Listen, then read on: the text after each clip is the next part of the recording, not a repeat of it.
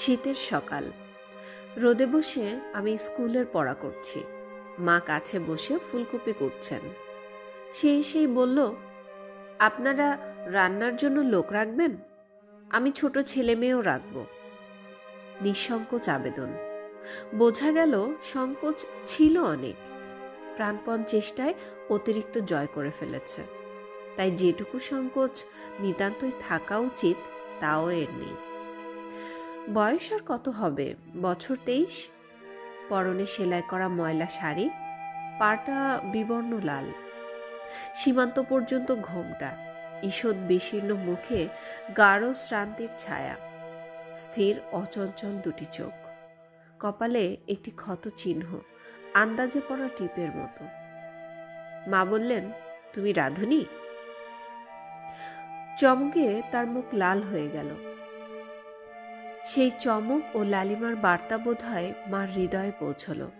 কোমল স্বরে বললেন, বসো বাছা। সে বসল না, অনাবশ্যক জোর দিয়ে বলল, হ্যাঁ আমি রাঁধুনি, আমায় রাখবেন?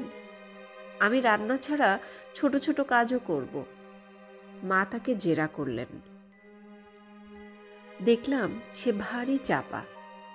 মার প্রশ্নের ছাঁকা জবাব দিল, নিজে থেকে একটি কথাও বেশি কইল না। সে বলল, তার নাম মমতা।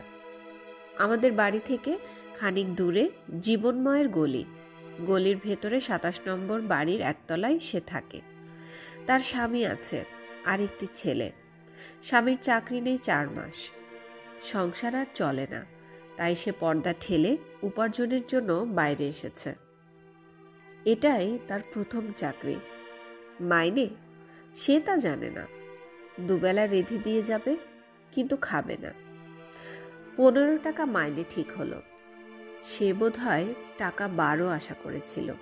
কৃতজ্ঞতায় দুচোখ সজল হয়ে উঠল, কিন্তু সমস্তটুকু কৃতজ্ঞতা সে নীরবেই প্রকাশ করল, কথা কইল না।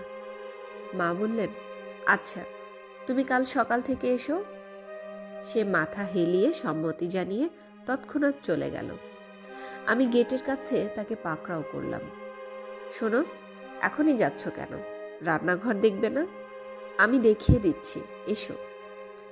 কাল দেখব বলে সে 1 সেকেন্ডও দাঁড়ালো না, আমায় তুচ্ছ করে দিয়ে চলে গেল।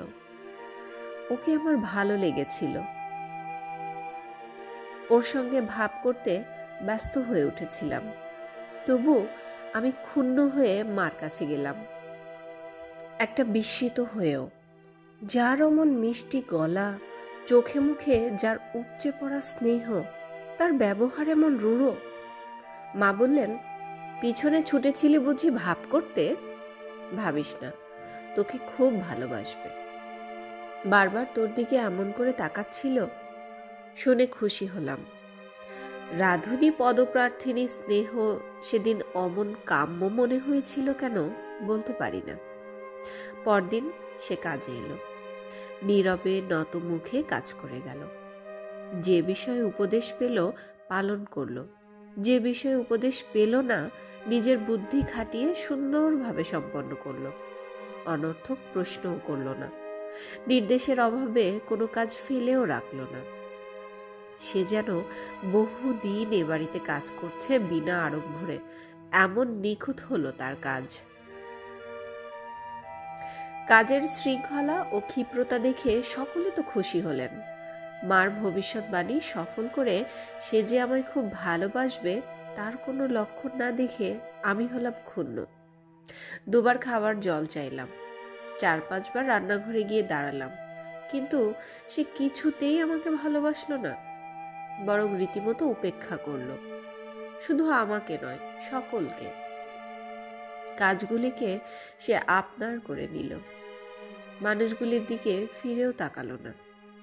মার সঙ্গে মৃদুস্বরে 2-1টি দরকারি কথা বলা ছাড়া 6টা থেকে বেলা 10:30 অবধি একবার কাশির শব্দ পর্যন্ত করল না।